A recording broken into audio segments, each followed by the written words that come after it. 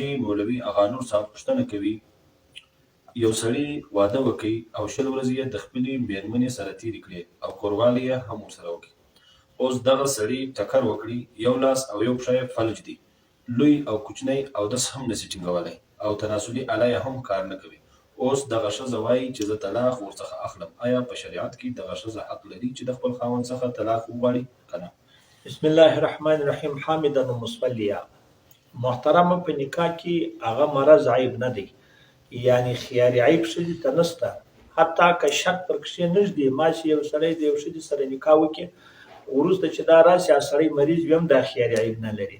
او دوهم که چېرې داسې پېښ شي چې واده واره جوړ وي، کوروالي هم سوی وي او تر دغه وروسته بیا دا سړی مریض شي، فلج شي یا بل تعور پېښ شي، بیا دا خیار نه لري، اختیار نه لري. هغه حتی دا یو کار هم نشي کولی، ځان دا شرعي قانوني په اسلام کې د اسلام په قانون کې حق نه لري.